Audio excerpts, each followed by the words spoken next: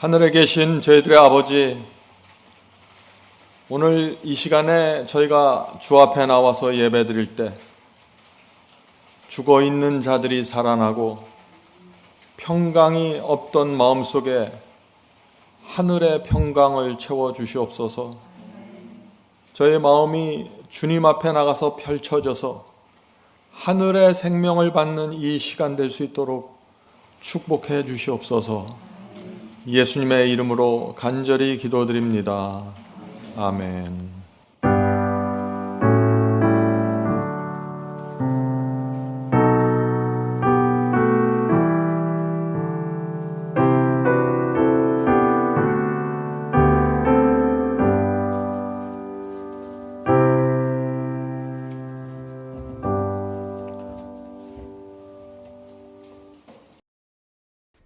다 함께 찬송으로 하나님께 영광을 드리겠습니다.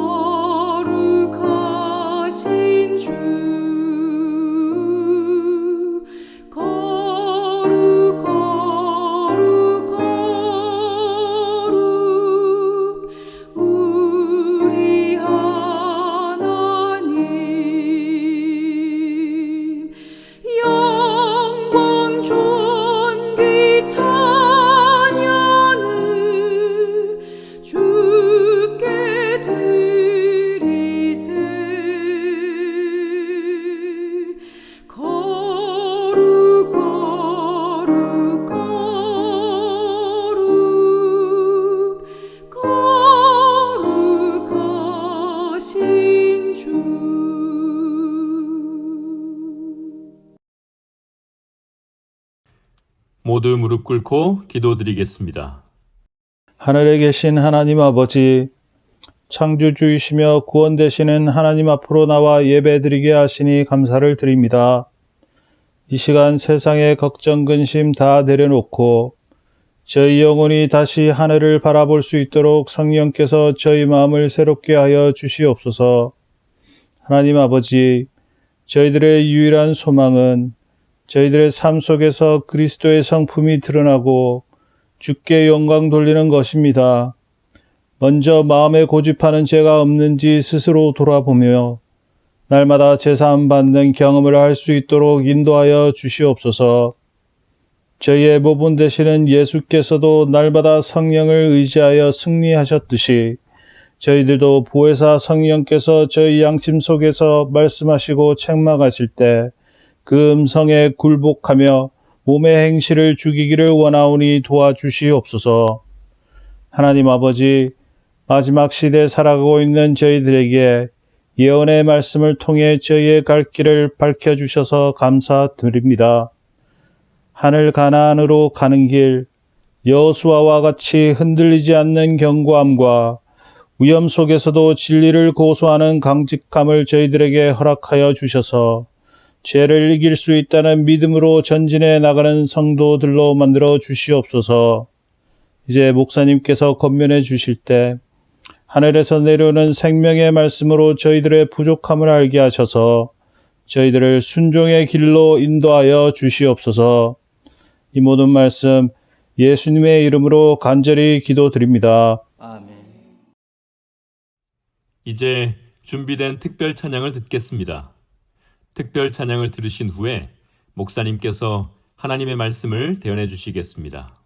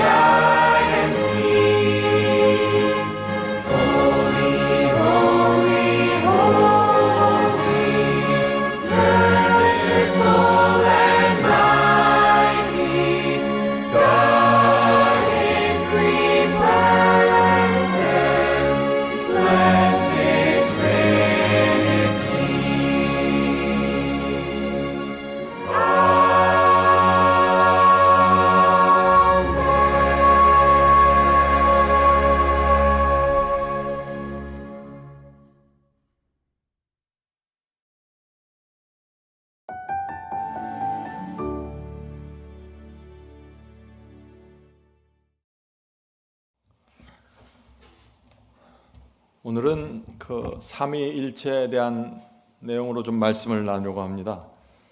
삼위일체를 여러 가지 질문으로 만들어서 그 질문을 하나하나 살펴보는 방식으로 우리가 나눌 텐데 오늘 말씀은 성경을 공부하는 시간이 되겠습니다. 삼위일체에 대한 많은 질문들이 오늘날 교회 안에 있습니다. 어떤 분들이 또 많은 분들이 이런 질문을 합니다. 하나님이 세 분인데 어떻게 한 하나님처럼 생각하고 계획하고 역사할 수 있습니까? 세 분인데 어떻게 한 마음과 한 목적으로 움직일 수 있습니까? 예수님은 피조물이 아닙니까? 성령은 눈에 보이지도 않는 연기 같은 존재 아닌가요? 성령은 하나님이 아니라 하나님께로부터 나오는 파워이고 힘처럼 보입니다. 삼위일체 교리에는 문제가 많이 있습니다 하는 질문입니다. 오늘 많은 분들이 이 삼위일체에 대한 확신이 없습니다. 세 분 하나님에 대한 확신 말이죠. 성도 여러분, 하나님, 그리스도, 성령은 누구이며 이 세 분은 어떤 관계일까요? 또 어떻게 역사하셔서 우리를 구원할까요? 이것은 정말 중요한 질문입니다.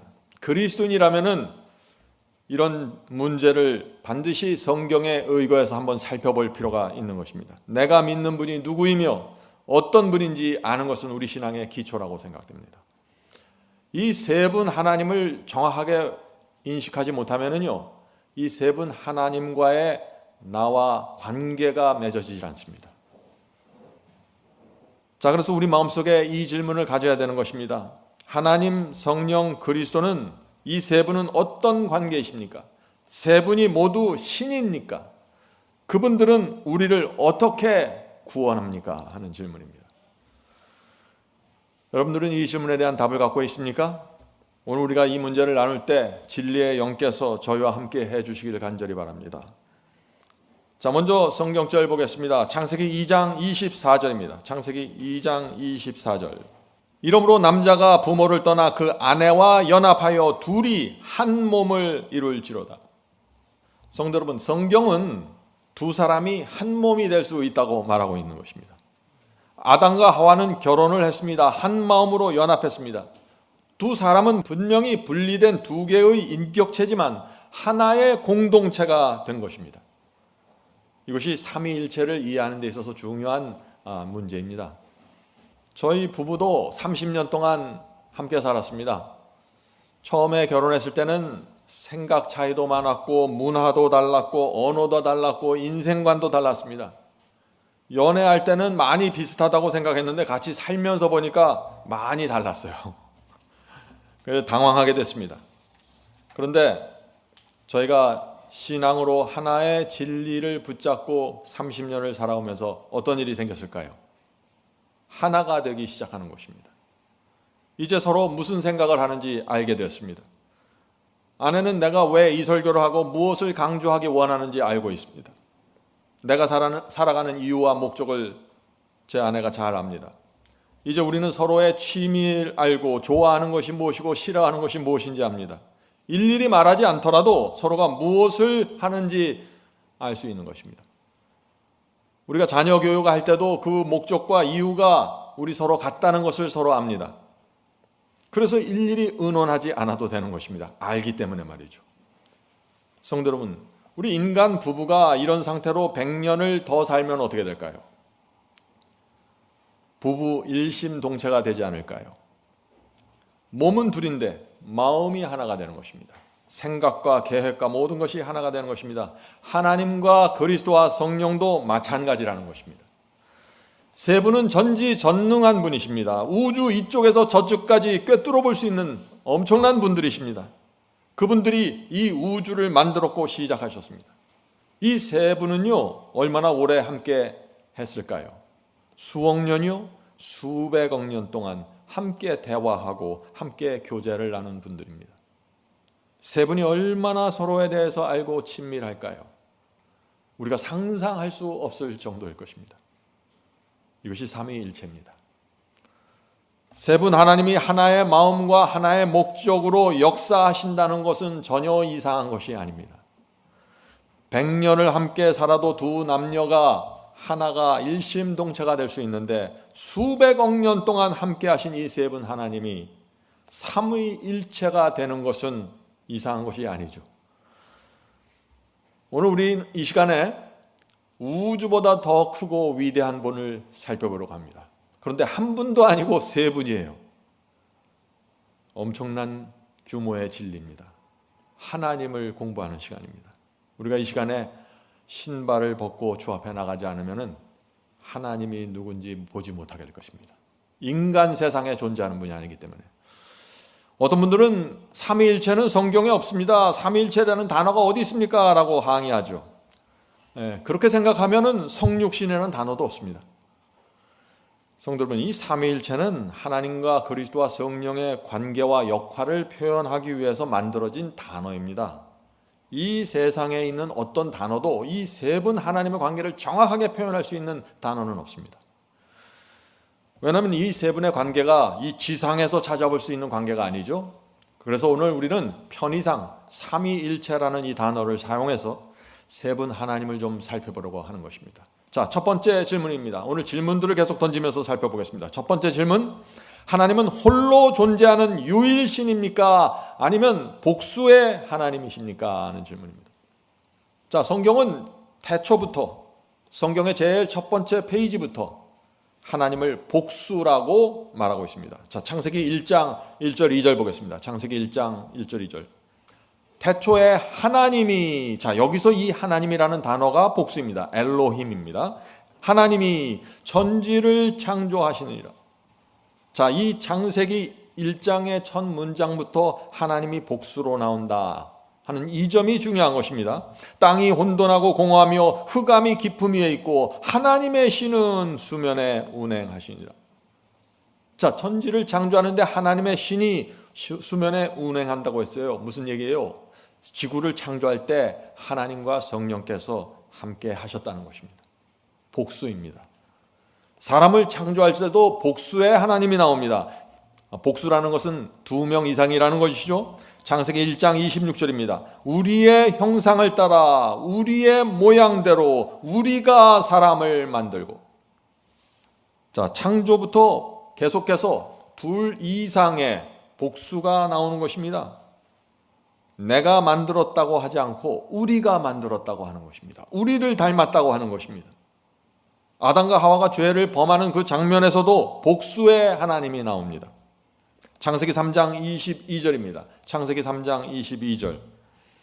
보라, 이 하나님이 선악을 아는 일에 우리 중 하나가 되었습니다. 자, 성도 여러분, 하나님은 단수가 아니라 복수로 나오고 있다는 사실을 우리가 이해해야 되죠.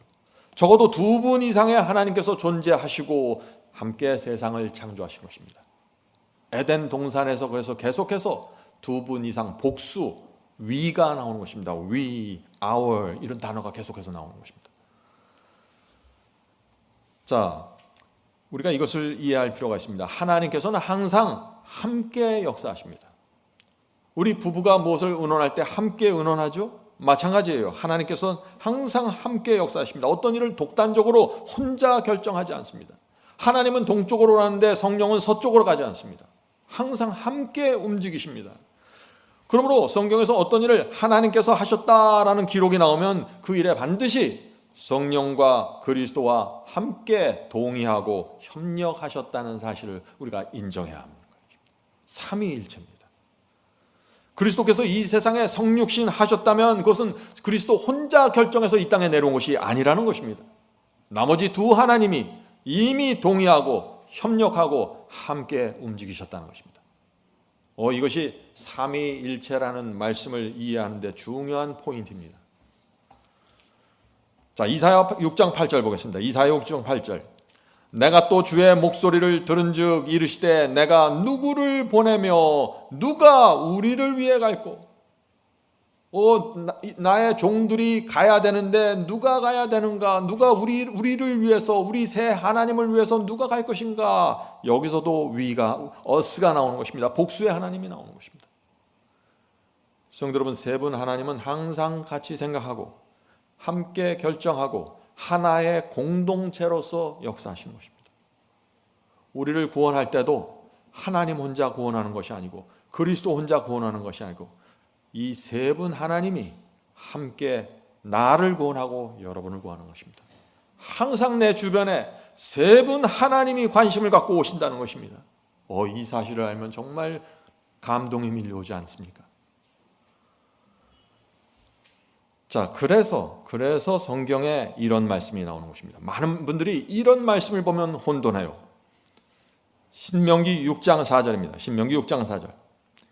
이스라엘아 들으라, 우리 하나님 여호와는 오직 하나인 여호와시니. 많은 사람들이 이 말씀을 붙잡고 여호와는 오직 하나입니다. 삼위일체가 아닙니다. 나머지 둘은 피조물이든지 다른 존재입니다. 여호와는 한 분입니다. 자꾸 이렇게 얘기하는 것이죠. 하나님은 복수인데 왜 여호와는 오직 하나라고 신명기서는 말할까요? 3분 하나님이 한 분처럼 완전하게 연합해서 생각하고 판단하고 움직이고 역사하기 때문에 하나의 하나님이라고 여기서 또 부르시는 것입니다. 이것이 하나로 연합된 공동체라는 사실을 이해해야만 이 신명기의 이런 말씀들이 이해할 수 있다는 것입니다. 성도 여러분, 세 분 여호와는 오직 하나이다. 이것이 삼위일체의 중요한 사상입니다. 이 세 분 하나님이 따로따로 돌아다니면서 역사하시는 것이 아니에요. 굉장히 중요한 것입니다. 어떤 분들은 성령의 음성만 들으려고 해요. 나는 말씀은 상관없습니다. 나는 그리스도는 상관없어요. 나는 하나님도 상관없어요. 성령께서만 난 통화하면 됩니다. 소통하면 됩니다. 잘못됐다는 것입니다. 하나님과 소통하려면 세 분과 동시에 하는 것입니다. 자, 두 번째 질문 보겠습니다. 두 번째 질문. 창세기 1장의 천지 창조에 하나님과 성령께서 참여하셨는데 예수님도 그때 함께 하셨습니까? 삼위일체라면 예수님도 그 당시에 거기 있어야 되겠죠. 예수님이 정말 창조주가 맞습니까? 하는 질문입니다. 사도 요한은 이런 질문에 대해서 분명한 대답을 줍니다. 자, 요한복음을 시작하면서 사도 요한은 요한복음 1장 1절부터 예수님이 누구인지 분명하게 선포합니다. 요한복음 1장 1절과 2절입니다. 태초에 말씀이 계시니라. 이 말씀이 하나님과 함께 계셨으니, 자, 태초에 말씀이 계셨고 말씀으로 하늘과 땅을 창조하셨습니다. 그런데 이 말씀은 곧 하나님이시라. 그가, 그리스도가 태초에 누구와 함께 계셨고요? 하나님과 함께 계셨고. 자, 에덴 동산에서 몇 분이 계셨나요? 세 분이 계신 것입니다. 수면 위에 성령께서 거하셨고 하나님께서 말씀으로 창조하시고 거기 그리스도께서도 함께 계셨다 하는 것입니다. 세 분 하나님이 함께 운영하시고 함께 창조하시고 함께 역사하셨다 하는 것입니다. 자, 예수님도 창조주죠. 그러면 자, 여기서 흔들리지 마셔야 합니다. 요한복음 1장 10절 보겠습니다. 요한복음 1장 10절. 그가 예수님입니다. 예수님이 세상에 계셨으며 세상은 그로 말미암아 지은 바 되었을 때. 예수님이 창조주 맞습니까? 분명하죠. 예수께서 이 세상을 지으셨습니다. 결국 하나님, 성령 그리고 예수께서 천지 창조에 참여하신 것입니다. 자, 요한복음 1장 14절 보겠습니다. 요한복음 1장 14절. 말씀이 육신이 되어 우리 가운데 거하시며. 이건 놀라운 말씀입니다. 태초에 말씀으로 천지를 창조하셨는데 그 말씀이, 천지를 창조하신 그 말씀이 육신이 돼서 이 땅에 오셨다, 우리 가운데 오셨다 하는 것이에요. 우리가 그 영광을 보니 아버지 독생자의 영광이요 은혜와 진리가 충만하더라. 그리스도는 태초에 천지를 창조하신 말씀이셨습니다. 하나님이셨습니다. 하나님, 성령, 예수님 이 세 분 모두가 천지 창조에 참여하셨다는 것입니다. 삼위일체가 분명한 것입니다. 자, 요한복음 17장 5절 보겠습니다. 요한복음 17장 5절.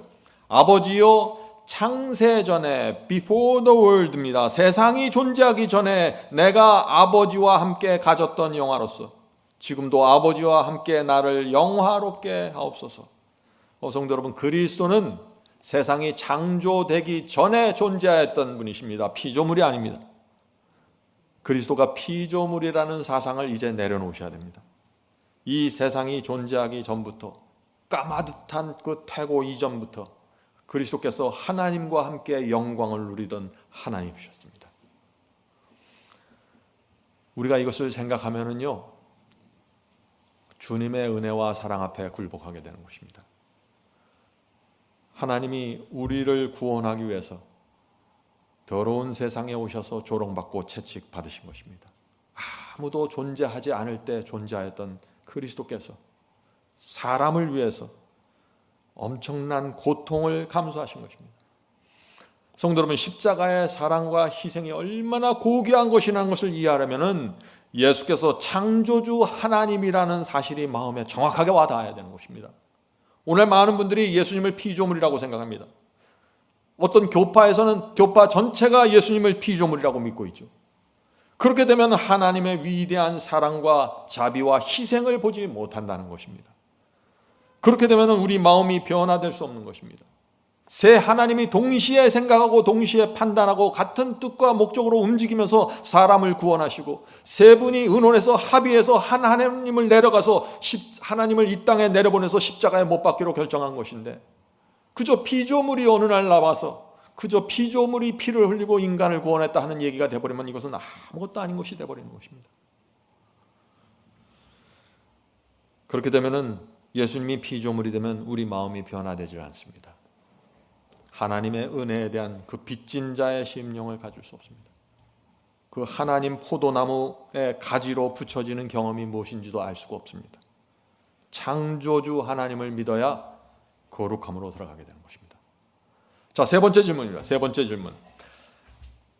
성령은 하나님이 아니고 하나님께로부터 나오는 힘과 파워입니다. 하나님께로부터 나오는 어떤 기운이 성령입니다 라고 믿는 사람들이 오늘 많이 있는 것입니다. 성령은 하나님과 예수님처럼 인격을 가진 독립된 존재가 아닙니다. 그러므로 삼위일체는 잘못된 교리입니다. 오늘날 어떤 분들이 이런 세 번째 질문을 갖고 있는 분들이 있는 것입니다. 그래서 제가 이 문제를 좀 나누려고 합니다. 성도 여러분, 성경이 성령을 어떻게 표현하는지 정확하게 보아야 합니다. 자, 에베소 4장 30절 보겠습니다. 에베소 4장 30절. 하나님의 성령을 근심하게 하지 말라. 성령은 어떤 분이에요? 근심하는 분이십니다. 근심하다는 말의 헬라어는 아프게 하다, 슬프게 하다 하는 것입니다. 하나님의 성령을 근심하게 하지 말라 하는 것은 성령을 슬프게 하는 일을 중단하라는 것입니다. 성도 여러분, 이런 표현을 어떤 힘이나 기운이나 파워에 붙일 수 있을까요? 이런 표현을요? 그럴 수 없는 것입니다. 슬프고 근심하는 것은 오직 인격과 지성을 가진 인격체에만 붙일 수 있는 단어입니다. 저와 여러분이 이기심에 끌려다니고 자존심에 끌려다니면서 자꾸 쓰러지고 넘어지고 유혹에 빠지면 그것이 어떻게 해요? 성령의 마음을 슬프게 한다는 것입니다. 우리가 주님 앞에서 정직한 심령으로 내 부족함과 죄를 인정하지 않을 때 성령은 괴로워하고 걱정한다는 것입니다. 왜냐하면 성령은 우리 속을 정확하게 들여다보고 있는데 내가 그것 스스로 덮어버리고 감추면서 나는 아무 문제 없다는 듯이 살아가면 성령께서 그 모습을 보면서 슬퍼하신다는 것입니다. 성도 여러분, 이 성령은 하나님의 입에서 나오는 어떤 기운이나 파워가 아닙니다. 성령은 완전한 느낌과 감정을 가진 인격체십니다. 신입니다. 자, 예수께서도 이 말씀을 분명히 하셨습니다. 마태복음 12장 31절 32절 킹제임스 성경으로 읽겠습니다. 마태복음 12장 31절 32절입니다.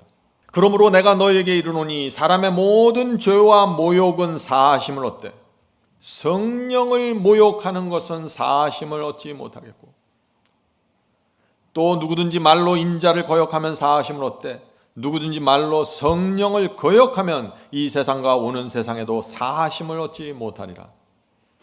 예수께서는 굉장히 강력하게 경고했습니다. 성령을 모욕하지 말라고 말이죠. 다시 말해서 성령은 모욕감을 느낀다는 것입니다. 성령께서 우리 양심에 호소하시고 문제가 무엇인지 정확하게 보면서 접근하고 계시는데 호소하시는데 그것을 모른 척하고 외면해버리면 성령은 어떤 느낌을 받는다고요? 모욕감을 느끼신다고요. 그 죄는 사하심을 받을 수 없다고 말하는 것입니다. 양심에서 들려오는 성령의 음성을 거절하면은 성령은 아무 느낌이나 생각 없이 그래 넌 그렇게 살아라 나는 갈게 그러는 게 아니에요. 성령은 로봇가 아니라는 것입니다. 성령은 근심하고 슬퍼하고 모욕을 느끼시는 분입니다. 그러므로 성령께서 내 속에서 역사하실 때 그 역사를 존중해야 하는 것입니다. 사랑하는 성도 여러분, 성령이 누구인지를 알면요 우리의 삶이 변화됩니다. 성령께서 세미한 음성으로 나에게 역사하실 때 전적으로 굴복하는 신앙으로 들어가게 되는 것입니다. 성령이 누구인지 모르면은 성령과 아무런 인격적인 교제가 이루어질 수 없는 것입니다. 성도 여러분, 양심에서 의의 음성이 들려올 때 그래서 정직해야 되는 것이에요. 성령께서 나의 어떤 고질적인 습관을 지적해 줄 때 참 부끄럽고 수치스럽지만 정직해야 되는 것입니다. 왜냐하면 성령은 완전한 지성으로 우리를 꿰뚫어 보고 있는데 내가 그것을 밀어내고 모른 척하고 하면은 성령을 속이는 것입니다. 그것이 내 양심을 속이는 것이고 그렇게 될 때 우리가 그 죄와 나쁜 습관에서 건짐받을 수 없다는 것입니다. 자, 이제 정리하겠습니다. 우리 눈에 보이지 않는다고 해서 마치 성령을 어떤 연기 같은 존재로 어떤 기운이나 힘이나 파워로 취급하지 마십시오. 성령은 하나님이시고 완전한 인격과 지성과 감성을 갖고 있는 신이십니다. 우리가 성령을 어떤 인격체로 존중하지 않으면 어떻게 될까요? 우리 심령 속에서 성령께서 역사하실 때 인식하지 못하게 됩니다. 그리고 성령을 거절하면서도 아무 생각 없이 하게 되는 것입니다. 그런 사람들은 변화될 수 없는 것이죠. 구원의 길을 갈 수 없는 것입니다. 죄에서 빠져나올 수 없는 것이죠. 그래서 굉장히 무서운 일입니다. 성령을 인격체로 취급하느냐 인식하느냐 아니냐, 여기서 신앙이 완전히 달라질 수 있는 것입니다. 자, 네 번째 질문입니다. 성령은 십자가 이후 오순절에 처음 나타나신 것이 아닙니까? 구약 성경에도 성령의 역사가 있었나요? 어떻게 생각하십니까? 성령께서는 창조 때 어디 계셨다 그랬어요? 창세기 1장에서 수면 위를 운행하셨다고 그랬습니다. 또 구약시대 성령께서 계속해서 나오셨습니다. 역사하셨어요. 엘리사 시대에도 성령이 계셨습니다. 열왕기하 2장 9절입니다. 열왕기하 2장 9절. 엘리사가 이르되 당신의 성령이 하시는 역사가 갑절이나 내게 있게 하소서 하는지라. 분명하죠? 이사야 선지자도 성령을 말했습니다. 이사야서 보겠습니다. 이사야 63장 11절. 백성과 양떼의 목자를 바다에서 올라오게 하신 이가 이제 어디 계시냐? 그들 가운데 성령을 두신 이가 이제 어디 계시냐? 구약 성경은 성령을 말하고 있는 것입니다. 사무엘 시대에도 성령의 역사로 사람들이 예언을 하는 장면이 나옵니다. 자, 사무엘상 보겠습니다. 사무엘상 19절 20절. 사무엘이 그들의 수령으로 선 것을 볼 때 하나님의 영이 성령이 사울의 전령들에게 임함에 그들도 예언을 한지라. 성령께서 사울에게도 예언하는 능력을 주셨고 그 전령들에게도 또 예언을 하게 하신 것입니다. 성령의 역사가 구약시대 계속해서 나오는 것입니다. 자, 예수님이 살아있던 예수님 십자가 이전의 시대에도 성령이 있었을까요? 당연하죠. 마태복음 12장 32절 킹제임스 성경으로 봅니다. 마태복음 12장 32절. 또 누구든지 말로 인자를 거역하면 사하심을 얻되 누구든지 말로 성령을 거역하면 이 세상과 오는 세상에도 사하심을 얻지 못하니라. 성도 여러분, 예수께서 이 땅에 오셨을 때 예수님 혼자 역사하신 것이 아닙니다. 성령께서 예수님과 함께 역사하셨습니다. 삼위일체입니다.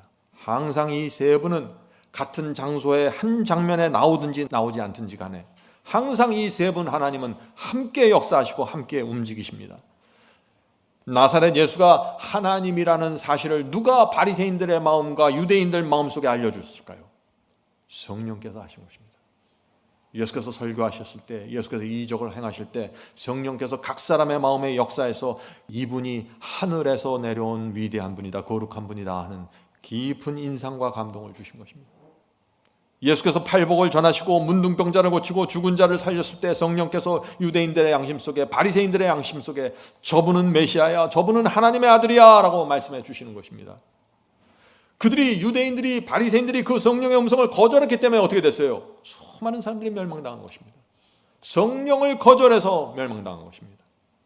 구원은 예수님을 거절한 게 아니라 성령을, 그들 속에서 역사하시는 성령을 거절했기 때문에 잃어버리게 됐다는 것입니다. 성도 여러분, 이 성령께서는 태초부터 지금까지 우리의 양심 속에, 사람의 양심 속에 말씀하시고 호소하시고 책망하시고 붙잡아 주시면서 사람들을 구원으로 끌고 가는 것입니다. 이 세상 누구도 이 성령을 받아들이지 않으면 구원받을 수 없는 것입니다. 우리가 성경을 읽을 때 성령의 역사가 없으면 그것은 하나의 죽은 글자가 되어버립니다. 성령이 필요한 것입니다.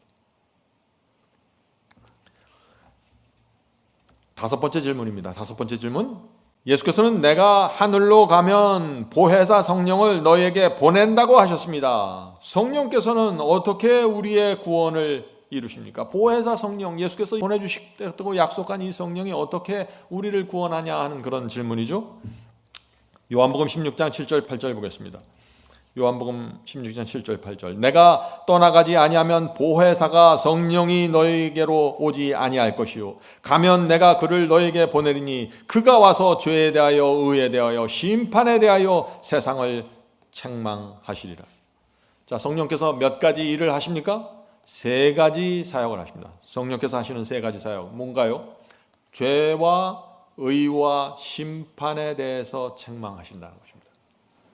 자, 책망한다는 것이 혼낸다는 얘기가 아니에요. 책망한다는 말의 원어를 보면은 깨닫게 하다, 양심의 가책을 주다, 확신을 주다, 꾸짖다, 다양한 의미가 있습니다. 자, 성령의 첫 번째 사역은 무엇입니까? 우리가 죄를 범할 때 죄를 깨닫게 해주십니다. 그래서 성령께서 내 속에 거하시지 않으면, 역사하지 않으면 죄를 막 범하고 사는데 죄를 깨닫지 못하는 것입니다. 여러분들 주변에 그런 분들 보셨어요? 엄청난 잘못을 했는데 자기가 무슨 일을 하는지를 몰라요. 성령의 역사가 이루어지지 않는 것입니다. 성령을 속에서 계속해서 거절하고 있고 무시하고 있는 것입니다.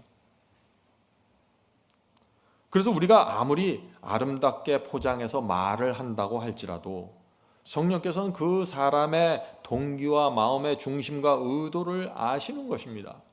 그래서 불순한 동기와 더러운 의도를 가지고 내가 어떤 아름다운 말을 하려고 하면은 성령께서 그것을 인정하지 않고 내 속에 들어와서 지적해 주시고 책망하시고 가책을 주시는 것입니다.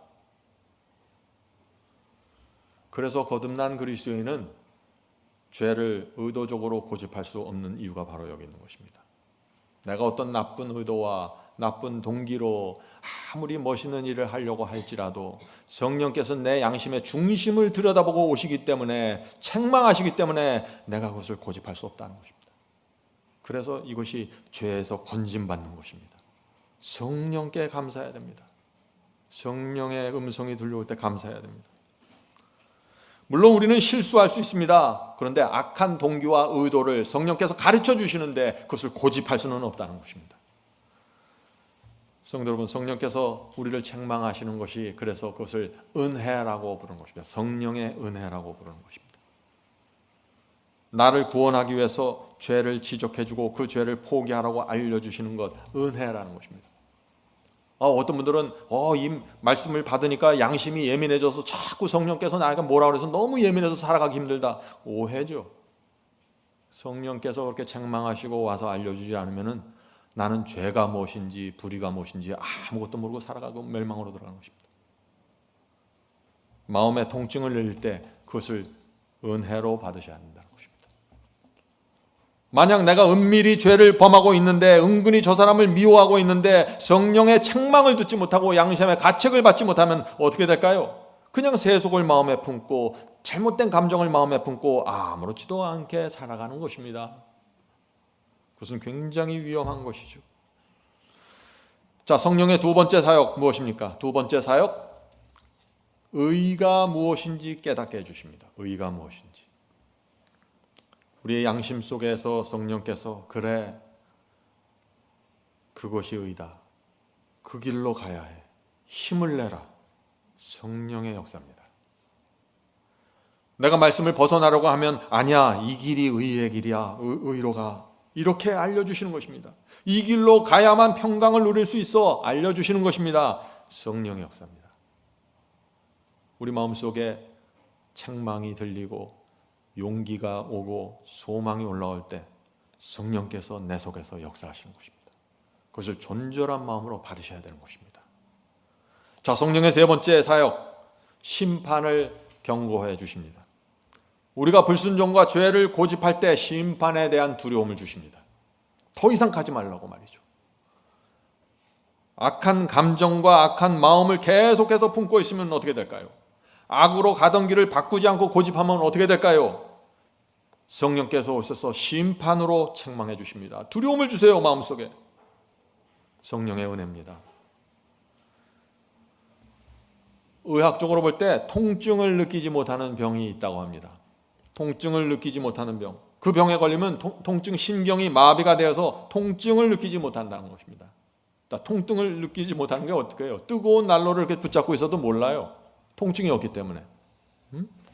못을 박다 망치로 손을 쳐도 못 느끼는 것입니다. 그런 사람은 어떻게 될까요? 계속해서 멍이 들고 상처가 생기고 피가 나고 고통스럽게 살아가게 되는 것입니다. 무통증, 통증을 느끼지 못하는 병입니다. 통증은 아픈 것이에요. 그런데 통증은 필요한 것입니다. 통증은 우리를 보호하는 것입니다. 통증이 없으면 결국 생명을 잃어버립니다. 통증이 없으면 우울증에 걸립니다. 아무리 해도 통증이 오기 때문에. 우리 마음에 악이 들어올 때 성령께서 마음에 통증을 주십니다. 어떤 통증을 주실까요? 그것을 고집하면 그 죄의 결과에 대한 책임을 준다. 책임을 네가 져야 돼. 통증입니다. 우리를 살리기 위한 통증의 신호입니다. 그래서 우리가 성령을 속이고 기만하는 것은 굉장히 위험하다 하는 것입니다. 성도 여러분, 성령은 완전한 인내자입니다. 우리가 천국 가는 길에서 벗어나지 않고 끝까지 하늘 예루살렘으로 들어가기 위해서 때때로 죄를 책망하고 때때로 의를 호소하면서 때때로 심판을 경고하면서 우리 속에 들어와서 완전한 구원의 길을 지켜주시는 것입니다. 얼마나 감사합니까?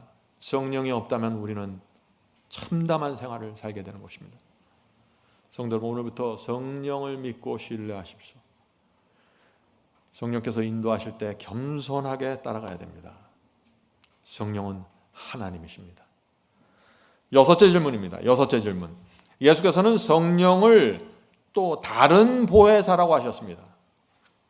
예수께서는 성령은 다른 보혜사라고 했으므로 성령을 하나님으로 생각하면 안 됩니다. 왜냐하면 다르기 때문에. 예수님이 다른 보혜사라고 했기 때문에 하는 얘기죠. 삼위일체는 문제가 있습니다 하고 생각하는 분들이 많아요. 자, 요한복음 14장 16절에 그 말씀이 있습니다. 내가 아버지께 구하겠으니 그가 또 다른 보혜사를, 여기서 다른이라는 것은 another이죠. 원어로 알로스입니다. 다른 보혜사를 너희에게 주사 영원토록 너희와 함께 있으리니. 자, 많은 사람들이 이렇게 생각하는 것이에요. 예수께서 이 성령을 다른 보혜사로 했다. 그래서 이 다른 보혜사는 예수님과 다른 분이다. 성령은 예수와 같지 않아. 둘 중에 하나는 신이 아니야. 둘이 서로 다르기 때문에 이렇게 해석을 하는 것입니다. 근데 이 다른이란 말을 헬라어 알로스죠. 이 알로스의 원어의 의미를 보면은요, 같은 종류이지만 서로 다르다는 뜻입니다. 같은 거예요. 그런데 다른 거예요. 이걸 알로스라고 부릅니다. 자, 예를 들면 이거예요. 내가 바나나를 먹고 있는데 같은 바나나를 하나 더 주세요 할 때 알로스입니다. 두 번째 먹는 바나나도 바나나예요. 그런데 다른 거예요. 이게 알로스예요. 다시 말해서 성령과 예수님은 같은 종류이지만 서로 다른 존재라는 것입니다. 내가 아버지께 기도하겠으니 그가 또 다른 보혜사, 알로스 보혜사를 너에게 주사. 자, 이제 이 의미가 이해가 되시죠? 예수께서 지금 이렇게 말씀하시는 것입니다. 나는 지금까지 너희의 보혜사였다. 내가 지난 3년 동안 너희들과 함께 다니면서 대화하고 상담해주고 진리를 가르치고 죄를 지적해 주었고 위로하고 용기를 주었지. 그것이 내가 보혜사의 역할을 한 거야. 그런데 이제 내가 너희를 떠나서 하늘로 올라가면 너희에게 또 다른 보혜사, 알로스 보혜사가 있는데 이 보혜사 성령은 나와 같은 하나님이고 나와 같은 종류의 하나님이고 나처럼 너희를 양육하고 나처럼 너희와 대화하고 나처럼 너희를 상담하면서 보살펴 줄 거야. 나는 하늘로 떠나지만 이 성령 보혜사는 영원히 너희와 함께 있을 거야. 염려하지 마라. 그가 너희를 세상 끝까지 인도할 거야. 예수께서 바로 이 말씀을 하신 것입니다. 그래서 그리스도와 성령 이 두 하나님께서 협력하는 모습을 말하는 것입니다. 나도 보혜사인데 다른 보혜사가 올 거야. 그가 너희를 지켜줄 거야. 성도 여러분, 이 성령은 연기 같은 허망한 존재가 아닙니다. 성령은 예수님을 대신해서 우리를 인도하시는 하나님입니다. 예수께서 이 땅에서 제자들을 인도하셨던 것처럼 성령께서 우리를 인도하시는 것입니다. 우리의 하나하나를 살피면서 도와주시고 계속해서 하늘 예루살렘을 향해서 계속해서 인도하시고 보살펴 주신다 하는 것입니다. 성령은 중요한 하나님이십니다. 성령은 진리가 무엇인지 가르쳐 주시고 마음속에 확신을 주시고 또 어떤 때는 책망하시면서 계속해서 하늘 가는 길을 가게 만드는 것입니다. 얼마나 감사합니까? 자, 그렇다면 어떤 사람들이 이 성령의 인도를 따를 수 있을까요? 어떤 사람들이? 자기를 낮추는 자입니다. 성령의 음성과 성령의 호소가 들려오는데 내 뜻을 세워버리면, 내 감정을 세워버리면 어떻게 돼요? 성령을 따라갈 수 없는 것이죠. 나를 낮추고 귀를 기울이고 성령의 인도하심을 따라가는 것. 이렇게 하는 사람은 절대 구원을 잃어버릴 수가 없어요. 실수하고 넘어질 수 있습니다. 그러나 구원을 잃어버릴 수는 없는 것입니다. 내가 아버지께 기도하였으니 그가 또 다른 보혜사를 파라클레토스 너희에게 주사. 자, 여기서 이 앞에서는 다른이라는 단어의 원어를 살펴보았죠. 여기서는 지금 보혜사라는 단어의 원어를 살펴보는 것입니다. 보혜사 파라클레토스입니다. 자, 여기서 헬라어 파라클레토스가 성령 보혜사를 나타내는 것입니다. 자, 그런데 요한일서에서는 똑같은 이 원어 파라클레토스가 예수님을 나타내는 데 사용되었다는 것입니다. 자, 그 말씀을 보시죠. 요한일서 2장 1절입니다. 요한일서 2장 1절. 만일 누가 죄를 범하면 아버지 앞에서 우리에게 대언자가 있으니, 여기서 대언자가 파라클레토스입니다. 대언자가 있으니 곧 의로우신 예수 그리스도라. 자, 요한복음에서는 파라클레토스 성령이고 요한일서에서는 파라클레토스 예수 그리스도라고 지금 표현하는 것입니다. 무슨 뜻인가요? 그리스도는 하늘의 하나님의 앞에서 파라클레토스로서 중보하신다는 것이고, 성령은 이 땅에서 파라클레토스로서 우리를 인도하신다는 것입니다. 하늘에서는 대언자로 예수께서 계시는데 그것도 파라클레토스고, 이 땅에서는 성령께서 보혜사인데 그것도 파라클레토스. 똑같은 단어를 이렇게 적용한다는 것입니다. 무슨 뜻이에요? 성령과 그리스도는 동등한 위치에 있는 두 분 하나님이라는 것입니다. 똑같은 단어를 그래서 적용하는 것입니다. 성도 여러분, 세 분 하나님의 역사를 보셔야 됩니다. 세 분 하나님이 하늘과 땅에서 어떻게 역사하고 계신지 보아야 하는 것입니다. 세 분 하나님이 인간을, 저와 여러분을 구원하시기 위해서 하나의 목적을 이루시기 위해서 한 마음과 한 뜻으로 지금 운행하시는 것입니다. 날마다 우리를 찾아오시는 것입니다. 세 분 하나님이 말이죠. 놀라운 비전 아닙니까? 아침에 일어나면 세 분 하나님이 내게 오시는 것입니다. 에덴 동산에서 아담과 하와를 만나게 해서 세 분 하나님이 오셨습니다. 아침마다 세 분 하나님이 우리를 찾아오시는 것입니다. 오늘 하루 우리 셋이 너를 붙잡고 인도하겠다. 얼마나 감동적입니까? 성도 여러분, 세 분 하나님을 그래서 만나야 하는 것입니다.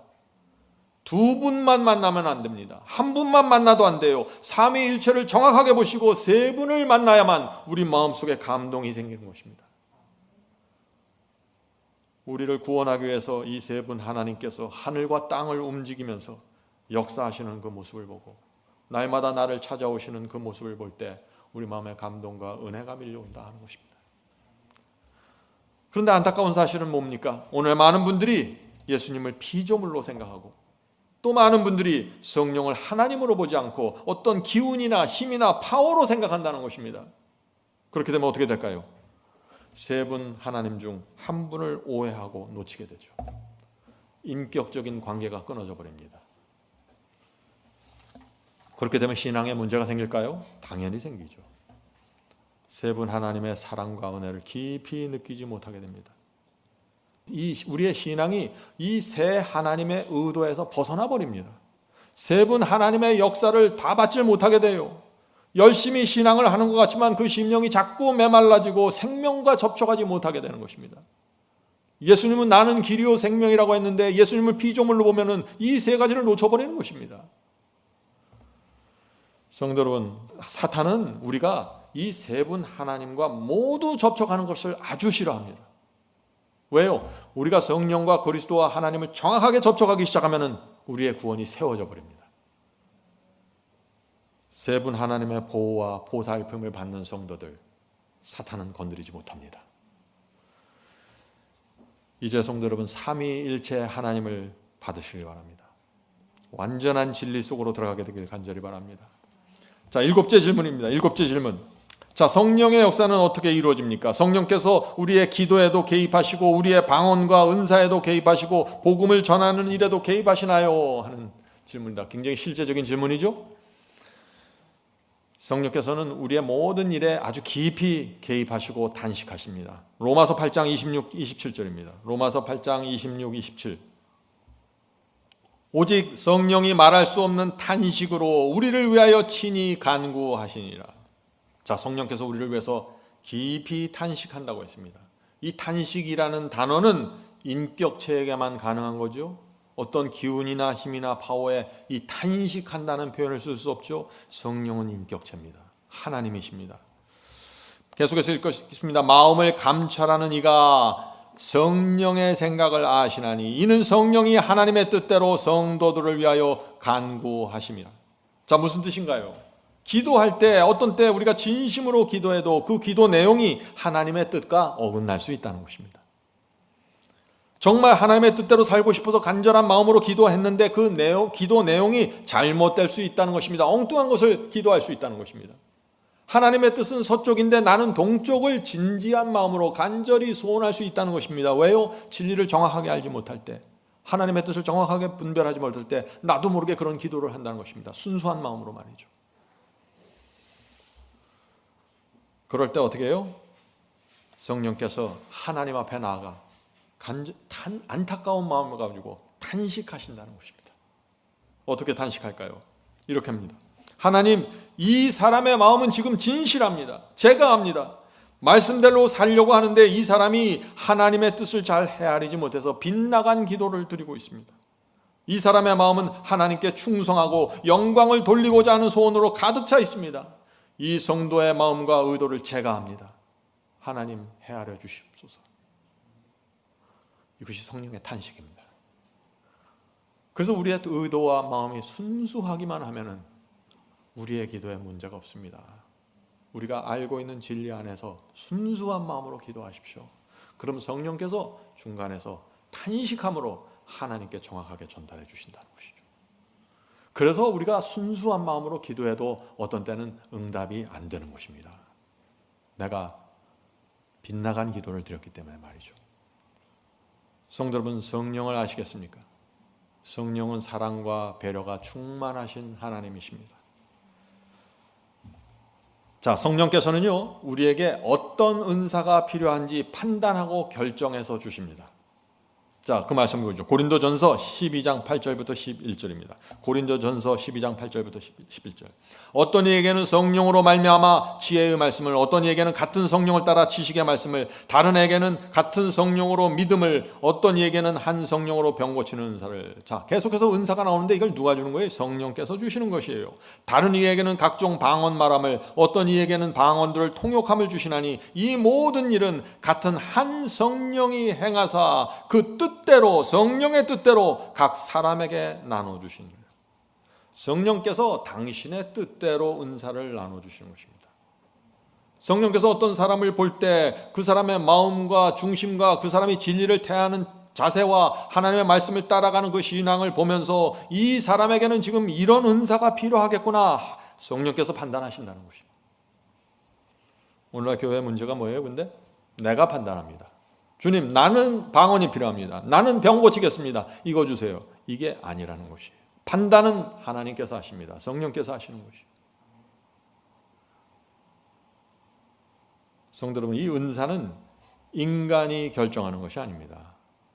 은사가 뭐예요? 왕이 주는 선물이에요. 왕이 결정하는 거예요. 이거는 은사는 내가 원하는 것을 하나님께 받아내는 것이 아니에요.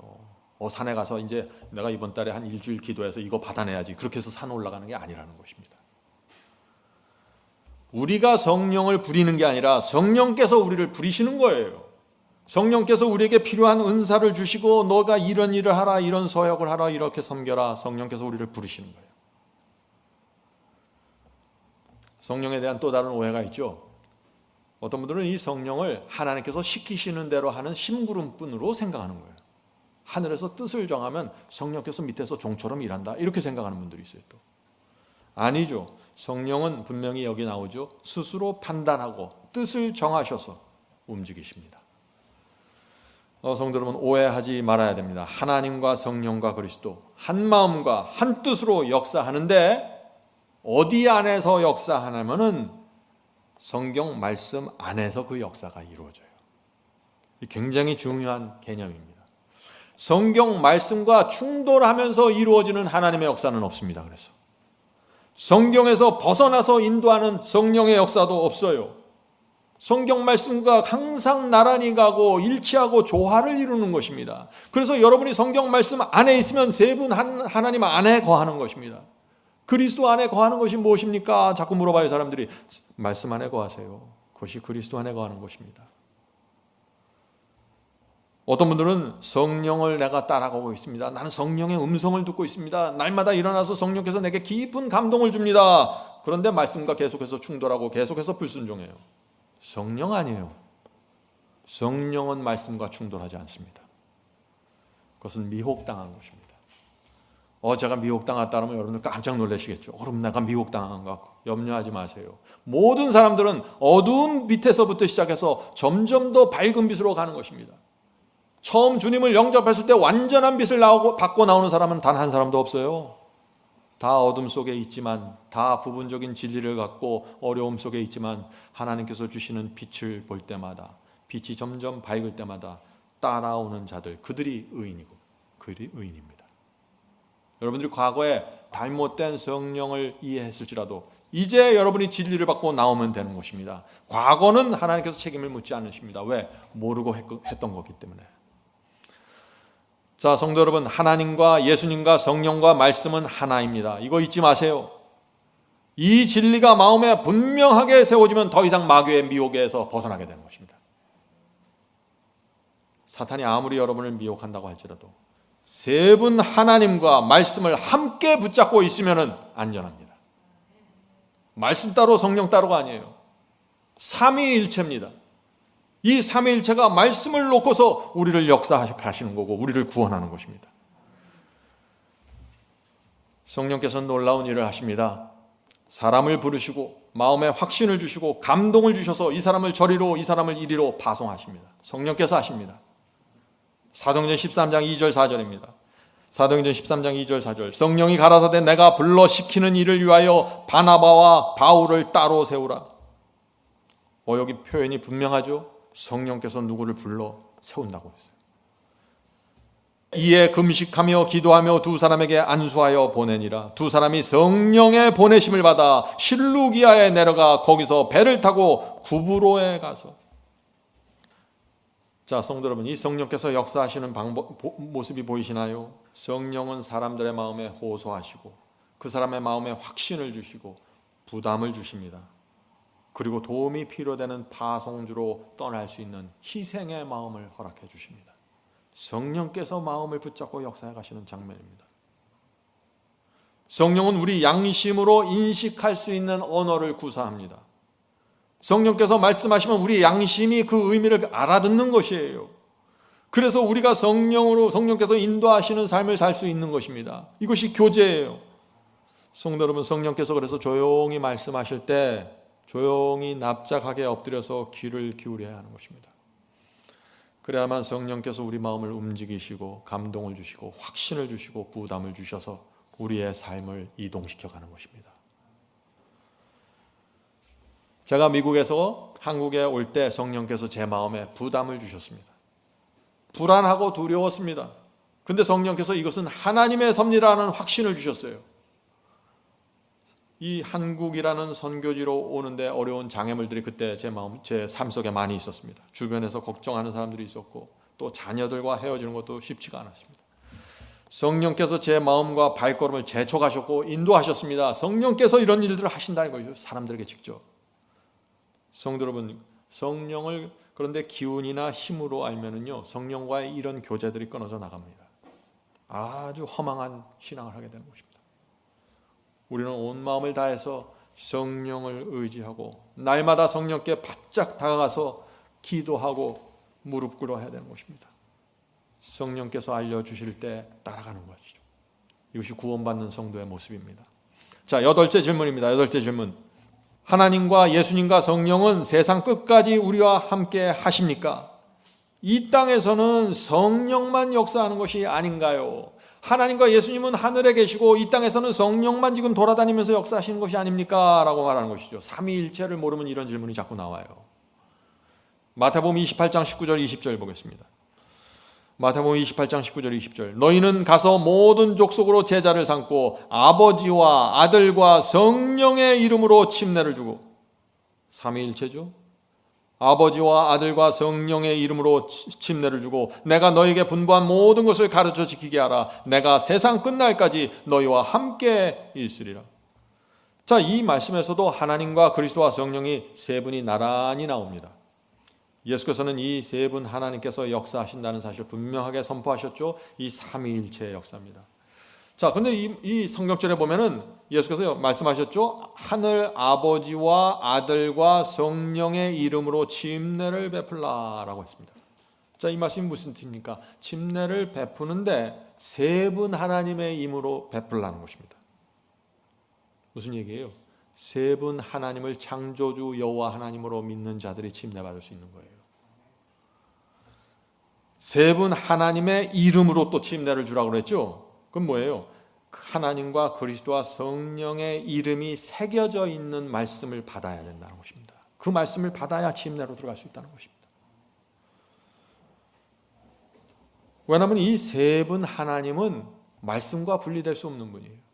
세 분 하나님은 진리와 분리될 수 없는 것입니다. 그래서 세 분 하나님의 이름으로 침례를 받으려면 세 분 하나님이 인정하는 말씀과 인정하는 진리를 받고 물속으로 들어가야 되는 것입니다.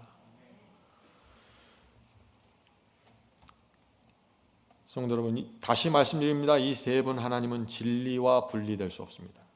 사탄은 거짓으로 역사하기 때문에 이 하나님께서는 반드시 이 세 분 하나님은 진리로만 역사하실 수밖에 없는 것입니다. 하나님은 어떤 때는 진리로 역사하다가 상황이 달라지면 또 거짓으로 역사하고 왔다 갔다 하시는 분이 아니에요. 사람들은 자꾸 이 세 분 하나님을 그렇게 이해해요.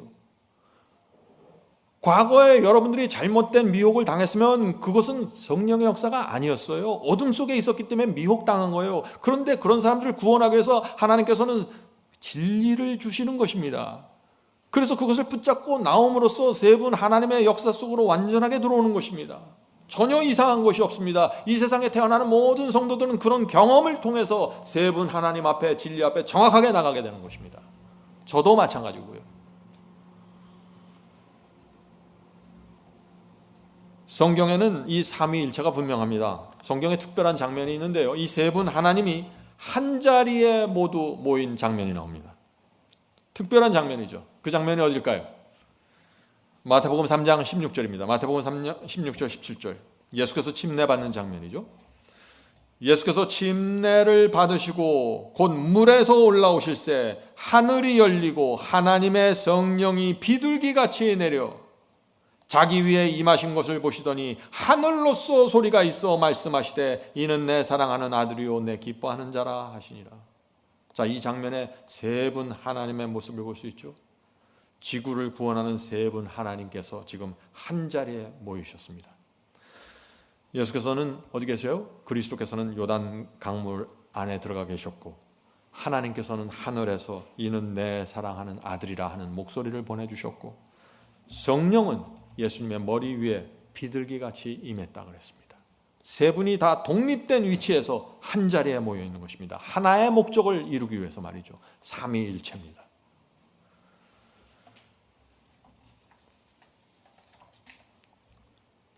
저희 교회에서 이 침례를 줄 때마다 이 삼위 하나님께서 이렇게 모여 계시면 얼마나 좋을까요?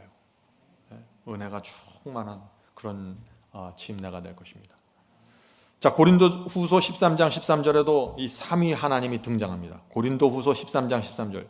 주 예수 그리스도의 은혜와 하나님의 사랑과 성령의 교통하심이 너희 무리와 함께 있을지어다. 이 장면도 삼위일체죠. 세 분 하나님이 각각 다른 특징을 갖고 다른 성품을 갖고 성도들에게 역사하시는 모습입니다. 하늘의 세 분이 이 역사하는 이 장면이 얼마나 감동적입니까? 만약 저희 교회 주 예수 그리스도의 은혜와 하나님의 사랑과 성령의 교통하심이 여기 계신 그리스도인들에게 우리 모두에게 항상 함께 하시면 얼마나 감동적일까요? 삼위 하나님의 역사가 이루어지는 것입니다. 자, 아홉 번째 질문입니다. 아홉 번째 질문.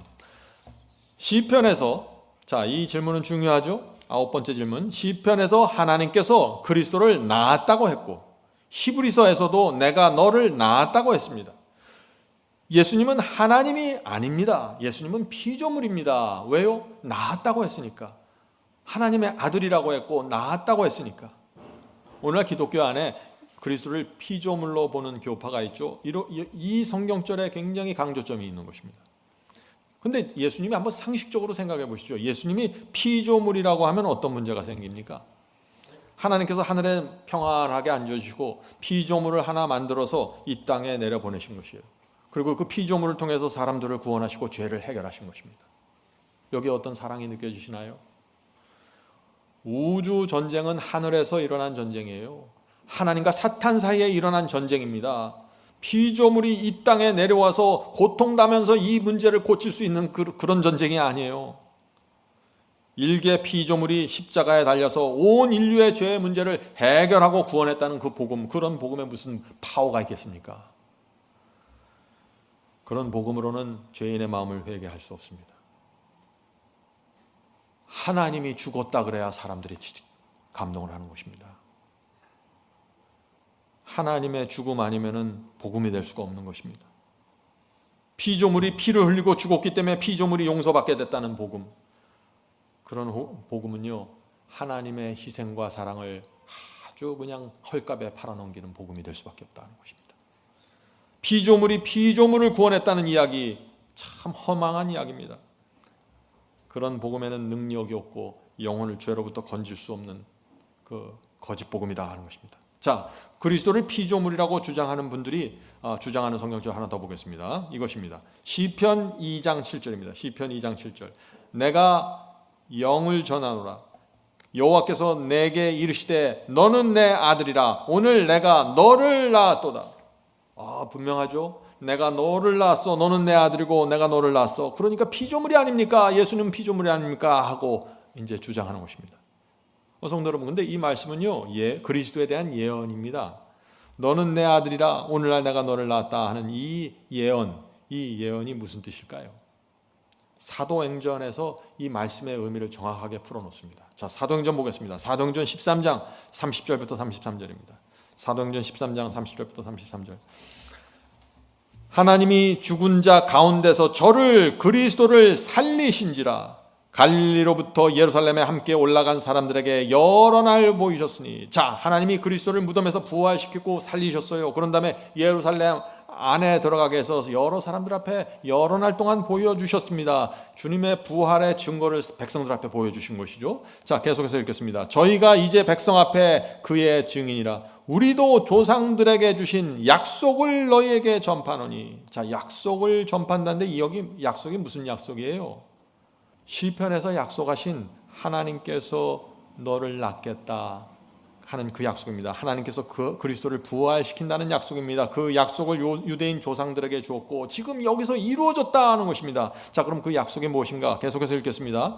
조상들에게 주신 약속을 너에게 전파하노니. 시편 둘째 편이 몇 장이에요? 시편 2장을 말하는 것이요. 시편 둘째 편에 기록한 바와 같이 너는 내 아들이라. 오늘 너를 낳았다 하셨고. 놀라운 말씀이시죠?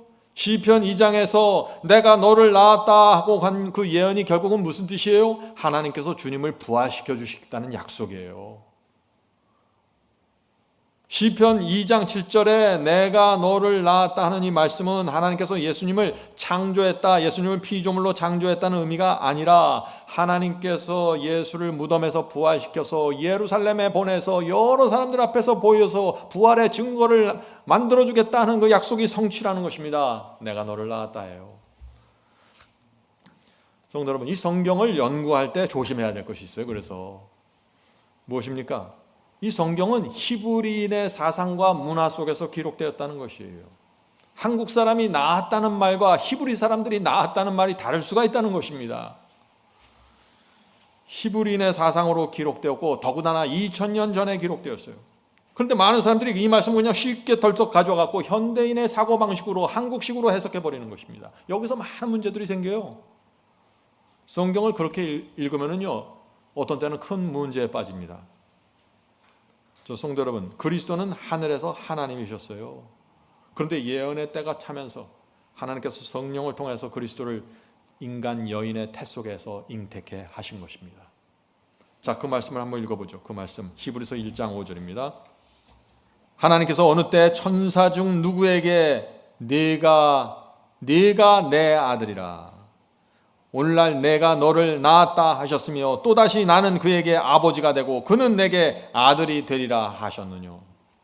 자, 지금 계속해서 내가 네 아버지다, 내가 너를 낳았다, 이런 표현들이 성경에 나오죠. 시편에 나오고 히브리서 나오고, 이 말씀을 정확하게 이해해야 된다는 것입니다. 자, 지금 이 말씀이 무슨 뜻입니까? 내가 너를 낳았다, 너는 내 아들이고 나는 내 아버지다. 이 말이 무슨 뜻이에요? 여기 분명히 나왔죠. 하나님께서 어느 때 천사 중 누구에게 이 말을 했냐 하는 것입니다. 다시 말해서 하나님께서는 어떤 천사에게도 이런 표현은 한 적이 없다는 거예요. 지금 히브리서 말씀을 잘 읽어보세요. 어떤 천사에게도 내가 너를 낳았다, 너는 내 아들이고 나는 내 아버지다, 이렇게 표현한 적이 없다. 어떤 천사들에게도. 다시 말해서 그리스도는 피조물인 천사와는 비교할 수도 없는 존재다. 지금 히브리서를 그렇게 얘기하는 거예요. 하나님과 그리스도는 아버지와 아들처럼 아주 가깝고 친밀한 관계라 하는 것을 말하는 것이죠. 자, 히브리서 5장 5절의 말씀을 또 보죠. 또한 이와 같이 그리스도께서 대제사장 되심도 스스로 영광을 취하심이 아니요 오직 말씀하신 이가 저더러 이르시되 너는 내 아들이니 내가 오늘날 너를 낳았다 하셨고.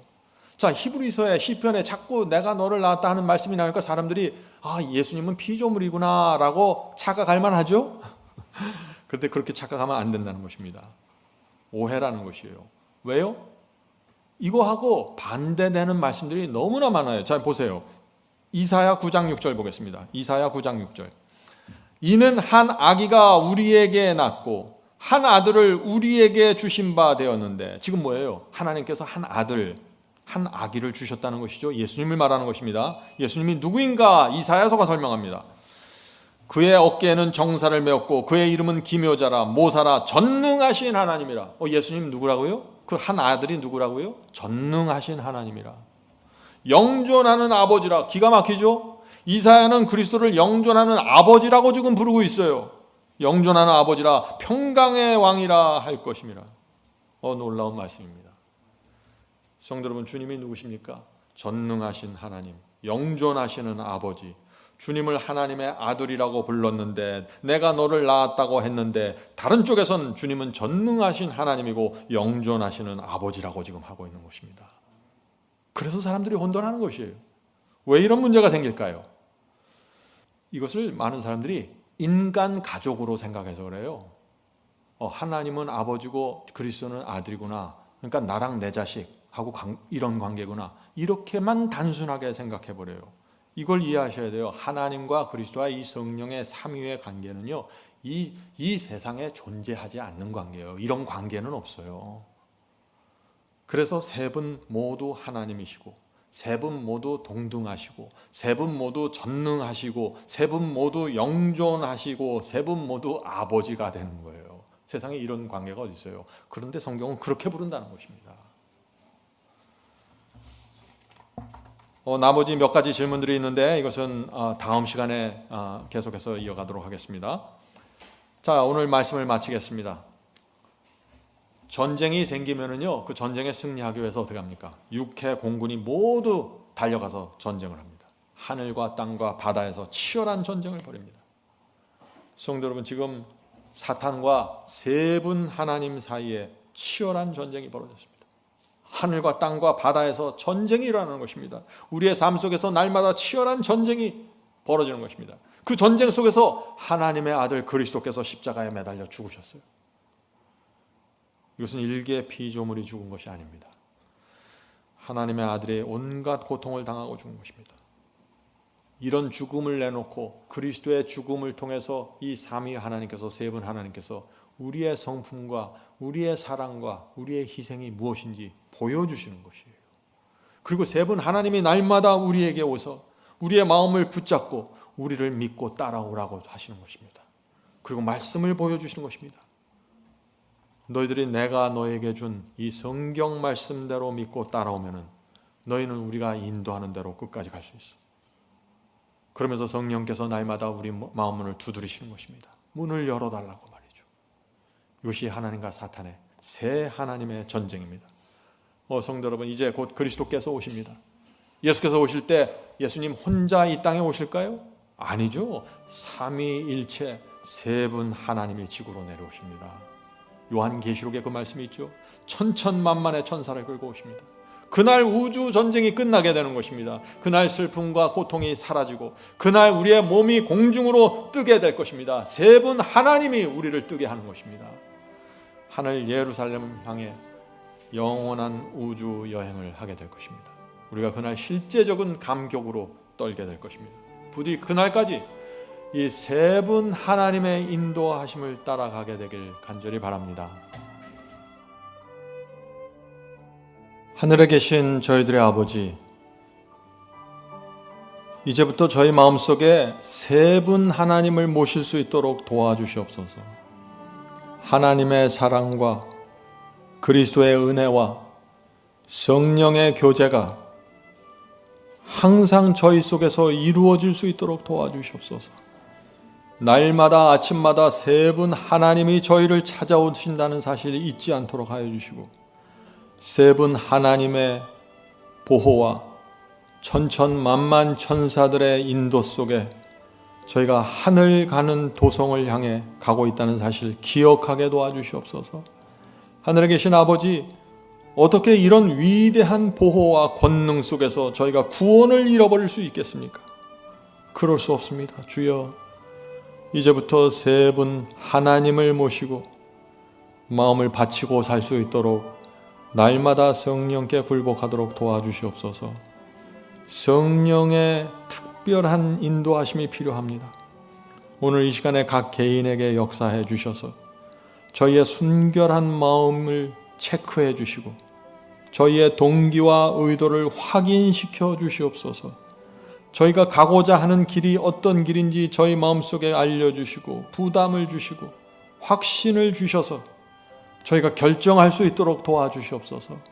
하늘에 계신 아버지, 이 교회 안에 세 분 하나님의 역사가 날 풍성하게 이루어지기를 간구합니다. 또 이 교회까지 찾아온 우리 교우들 주께서 아시오니 그들 영혼 속에 있는 고민을 주께서 해결해 주시고 세 분 하나님과 말씀을 붙잡고 인생의 모든 숙제가 해결되게 되기를 간절히 바랍니다. 예수님의 이름으로 간절히 기도드립니다. 아멘.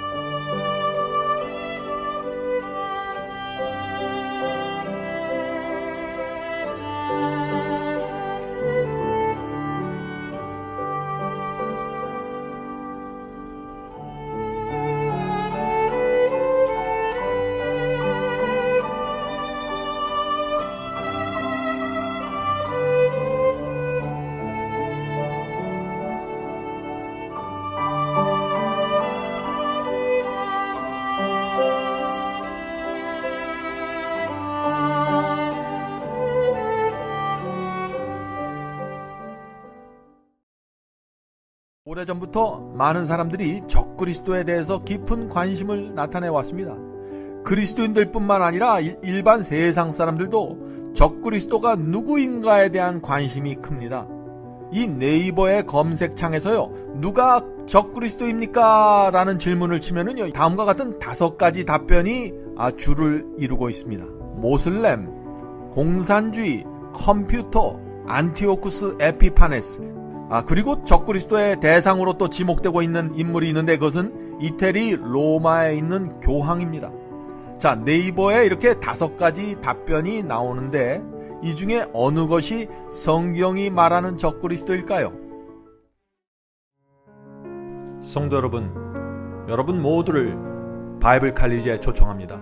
여러분의 핸드폰에 마지막 사명 앱을 다운받으시면 누구나 바이블 칼리지를 들으실 수 있습니다. 누구든지 원하는 시간에 오셔서 강의를 들으실 수 있습니다. 물론 무료로 들으실 수 있습니다. 다양한 주제의 강의가 이루어집니다. 기독교 역사와 수많은 교파들이 나누어진 이유와 배경에 대해서 말씀드립니다. 또 천주교와 개신교의 차이점을 살펴봅니다. 로마서, 갈라디아서, 예정론, 7년 환란과 이스라엘 제3성전, 성령을 받는 방법, 참된 방언이란 무엇인가? 참된 거듭남과 중생의 경험. 이런 주제들로 기독교인들이 꼭 알아야 할 문제들을 다루게 됩니다. 성경절 하나하나 찾으면서 설명해 드리기 때문에 새로 신앙을 시작한 분들도 누구나 쉽게 분명하게 이해할 수 있습니다. 제가 최선을 다해 설명해 드립니다.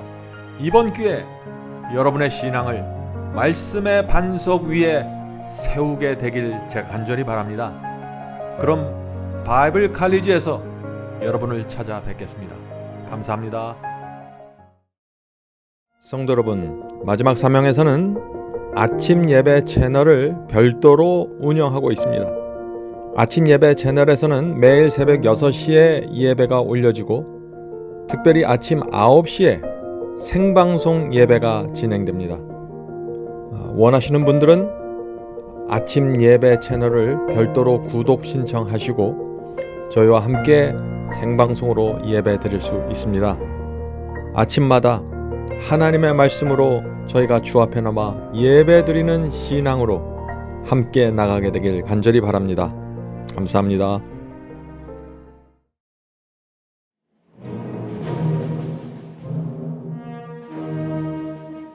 이것으로 오늘 예배를 마치겠습니다. 설교 말씀에 대한 감동이나 소감을 웹사이트 하단 게시판에 남겨주시면 감사하겠습니다. 사시는 지역 또는 나라와 함께 간증을 남겨주시면 우리 모두에게 큰 위로와 격려가 될 것입니다. 마지막 사명 사역을 위해 헌금하시기 원하시는 분들은 웹사이트 상단 헌금함에 드려주시기 바랍니다. 성도 여러분의 헌금은 복음을 전파하는 일에 소중히 사용됩니다. 그럼 다음 주 이 시간에 다시 뵙겠습니다. 마지막 사명 인터넷 교회 교우 여러분, 하나님의 은혜와 평강이 함께 하시길 간절히 바랍니다.